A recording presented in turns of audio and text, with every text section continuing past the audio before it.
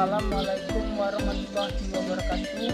Kenalkan, nama saya Sugianto. Saya Ibu Kulita Francisca. Saya Martia Sela Dwi Kurnia. Saya Melaine Septiana. Nama saya Adinda Normalita Sari. Saya Heri Gunawan.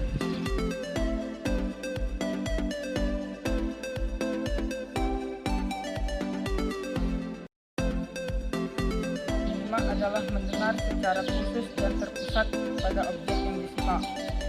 Panduan Bahasa dan Sastra Indonesia. Menyimak dapat didefinisikan suatu aktivitas yang mencakup kegiatan mendengar suatu bunyi. Bahasa mendepikasi, meniliki, dan mereaksi atas makna yang terkandung dalam bahasa simakan. Tujuan menyimak. Tujuan utama pembelajaran menyimak yaitu untuk menangkap, memahami, atau menghayati pesan, ide, dan gagasan yang tersirat. Beberapa tujuan menyimak yaitu yang pertama, mendapatkan fakta.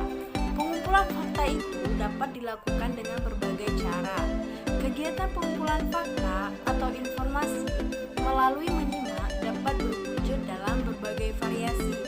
Misalnya mendengarkan radio, mendengarkan televisi, penyampaian makalah dalam seminar, pidato ilmiah, percakapan dalam keluarga, dan masih banyak lagi. Kemudian yang kedua yaitu menganalisis fakta. Fakta atau informasi yang telah terkumpul perlu kita analisis dahulu. Harus jelas kaitan antara unsur fakta, sebab dan akibat apa yang terkandung di dalamnya. Apa yang disampaikan pembicara harus dikaitkan dengan pengetahuan atau pengalaman menyimak dalam bidang yang relevan. Kemudian yang ketiga yaitu mengevaluasi fakta. Tujuan ketiga dalam suatu proses menyimak adalah mengevaluasi fakta-fakta yang disampaikan pembicara. Dalam situasi ini, penyimak biasanya mengajukan sejumlah pertanyaan, seperti antaranya yang pertama yaitu benarkah fakta yang diajukan?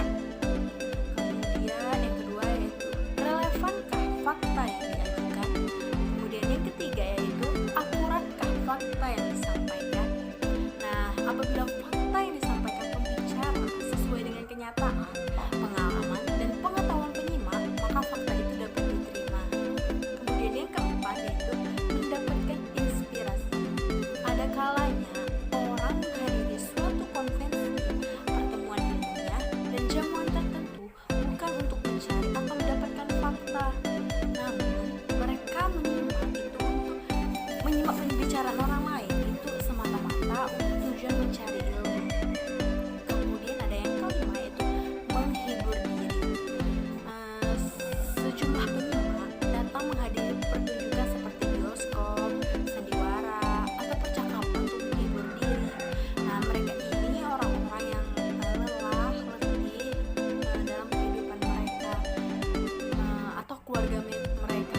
Nah, mereka perlu penyegaran fisik dan mental agar kondisinya pulih. Karena itulah mereka mengenal untuk tujuan menghibur diri. Jenis-jenis menyimak membuat menginvestasikan menyimak berdasarkan sumber suara, cara menyimak bahan yang disimak, tujuan menyimak, taraf aktivitas menyimak. Menyimak intrinsik ialah kegiatan menyimak dan penjelasan sehingga penyimak hanya memahami secara gratis misalnya saja. Menyimak intrinsik meliputi menyimak sosial, menyimak sekunder, menyimak estetik, menyimak intensif. Menyimak intensif ialah kegiatan menyimak dengan penuh perhatian, ketentuan dan ketelitian sehingga penyimak memahami secara mendalam. Menyimak intensif meliputi menyimak kritis, menyimak interrogatif, menyimak penyelidikan, menyimak kreatif, menyimak konsentratif, menyimak selektif, dan tujuan berdasarkan tadiman dan membedakan penyimak menjadi menyimak sederhana, menyimak diskriminatif, menyimak santai, menyimak introvertif, menyimak literatur, dan menyimak prinsip.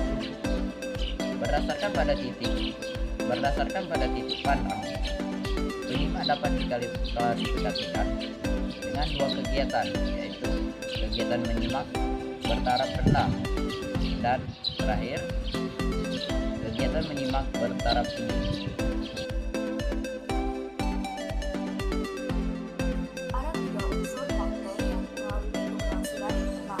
Yang pertama, unsur berbicara. Berbicara harus menguasai materi, berbicara sistematis, memiliki kepercayaan diri yang kuat, dan kontak antara penyimak harus bervariasi dan juga benar. Kedua, unsur materi.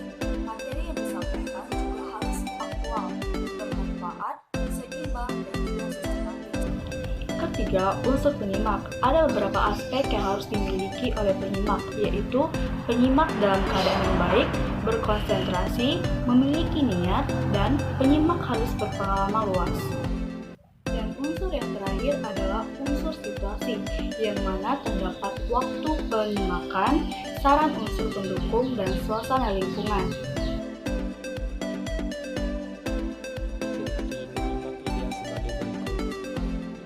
Satu, berkonsentrasi, artinya penyimak harus benar-benar memusatkan perhatian pada materi yang disimak. Yang kedua, penyimak harus bermotivasi, artinya punya tujuan tertentu sehingga penyimak kuat.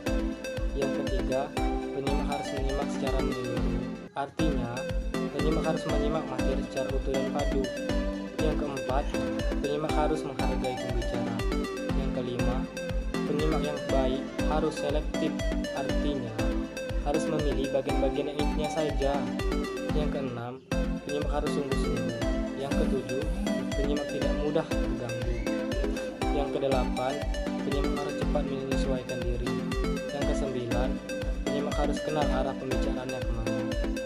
Yang kesepuluh, penyimak harus kontak dengan pembicara. Yang ke-11, merangkum.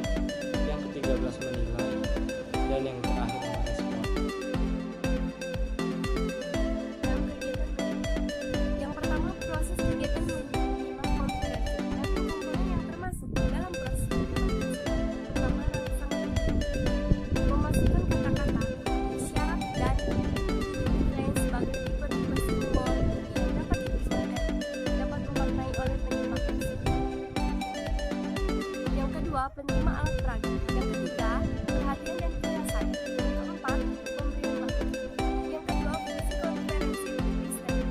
Fungsinya berkonsentrasi pada pesan-pesan yang ingin disampaikan. Selanjutnya, kaitan antara satu pesan dengan lainnya agar sampai ke penyimak. Tiga, faktor-faktor yang berkaitan dengan menyimak konferensi. Yang pertama, memori. Adapun memori dalam diri kita memiliki 3 fungsi penting. Yang pertama, mengisi arah tentang apa yang akan kita lakukan dalam aktivitas. Yang kedua, memberikan struktur baku terhadap pemahaman kita kepada suatu aktivitas apabila konsep-konsep tersebut dikemukakan oleh orang lain. Yang ketiga, memberikan arah atau pedoman untuk mengingat pengalaman, pengetahuan, dan informasi-informasi yang telah diketahui sebelumnya. Mengapa informasi yang disimpan dalam memori itu hilang? 1. Funding teori. Maksudnya, informasi yang tidak sering digunakan akan memudar atau menghilang. 2. Distortion teori. Informasi yang mirip dengan informasi yang lainnya tidak dapat dibedakan yang telah disimpan di dalam ingatan. 3. Subversion teori. Teori ini menyatakan pesan akan hilang akibat hambatan multivisional. 4. Interference teori. Teori ini menyatakan informasi yang telah didapat sebelumnya akan bercampur dengan informasi yang baru didapat. 5. Processing breakdown teori. Teori ini berpendapat bahwa tak satu pun dari bagian-bagian informasi dapat diingat tanpa menggunakan sistem perkodean makna ganda atau sistem coding ambigu. Menurut penelitian, manusia akan lebih mengingat apabila informasi itu dianggap penting, dianggap lebih dari informasi yang lain, terorganisir, dan berupa informasi visual. Dan menurut Montgomery, ada beberapa syarat yang harus dipenuhi agar kita dapat meningkatkan daya mengingat kita.